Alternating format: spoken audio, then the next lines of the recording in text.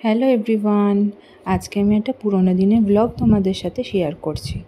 তো যে দিনের ব্লগটা শেয়ার করছি সেদিন ছিল আমার দিদি আর দাদা ভাইয়ের মানে আমার জামাইবাবুর অ্যানিভার্সারি। তো অ্যানিভার্সারি পালন করার জন্য ওরা সবাই একটা রেস্টুরেন্ট বুক করেছিল। তো আমরা সবাই পৌঁছে গেছিলাম সেই রেস্টুরেন্টে। তো রেস্টুরেন্টটা তোমার বালি হল্টের কাছাকাছি। তো দেখো আমি আমার হাজব্যান্ড চলে গেছিলাম আর এই কেকটা আমাদের তরফ থেকেই দিদিকে দিয়েছিলাম। তো ওরা কেক কেটে দুজনে সেলিব্রেট করেছিল।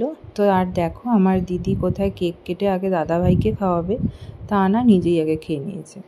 তো তারপরে দেখো আমরা এখানে একটা স্টার্টার অর্ডার করেছিলাম, সেটাই এখন খাচ্ছি। এটা চিকেনের একটা স্টার্টার ছিল। তো স্টার্টারটা হেভি খেতে ছিল, জাস্ট অসাধারণ। আর পুরো ট্রিটটাই ছিল আমার দিদি আর দাদা ভাইয়ের তরফ থেকে। আর আমি আমার হাজব্যান্ড চলে গেছিলাম।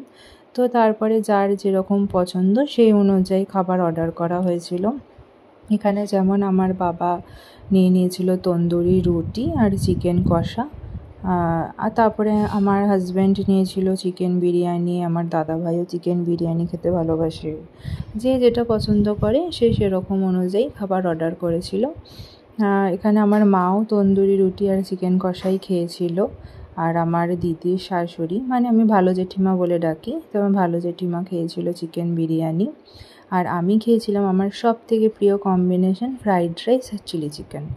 আমার এই কম্বিনেশনটা খুব ভালো লাগে বিরিয়ানির থেকেও।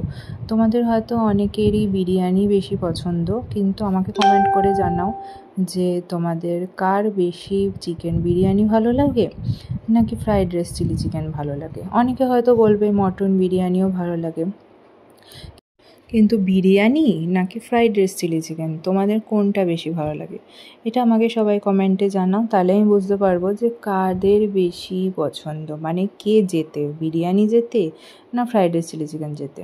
তো এই দেখো আমি নিয়ে নিয়েছিলাম এখানে মিক্স ফ্রাইড রাইস, জাস্ট অসাধারণ খেতে হয়েছিল। আর তার সাথে নিয়ে নিয়েছিলাম চিলি চিকেন। তো আমি নিজেও বাড়িতে চিলি চিকেন বানাই, কিন্তু তবুও কেন জানি না বাড়ির চিলি চিকেনটা যেন আমার একটু বেশিই ভালো লাগে। তারপরে খাওয়া দাওয়া কমপ্লিট করে আমি দিদির জন্য একটা গিফট কিনেছিলাম, সেটাই দিদিকে এখন এবার দিয়ে দেব। তো দেখো দিদিকে হ্যাপি অ্যানিভার্সারি বলে দিয়ে একটু দিদিকে আদরও করে দিয়েছি। তো এটা আমার তরফ থেকে ছিল, একটা কড়াই দিয়েছিলাম দিদিকে। তো কড়াইটা দিদির খুব দরকারি ছিল, ও পুজোতে ব্যবহার করবে বলে ওই জন্য কড়াইটা দিদিকে দিয়েছিলাম। তো তারপরে এবার আমরা বেরিয়ে পড়েছিলাম বাড়ির উদ্দেশ্যে। তো এরকম মাঝে মধ্যে গেট টুগেদার হলে বেশ ভালোই লাগে। তো দেখো এটা হচ্ছে আমার দিদির মেয়ে, আর এই রেস্টুরেন্টটাতেই আমরা খেতে এসেছিলাম। তো চলো এবার বেরিয়ে পড়েছি, বেরিয়ে পড়ে ওরাও টোটোতে উঠে গেছে। তো আজকের ব্লগটা এই পর্যন্তই। চলো বন্ধুরা, টাটা।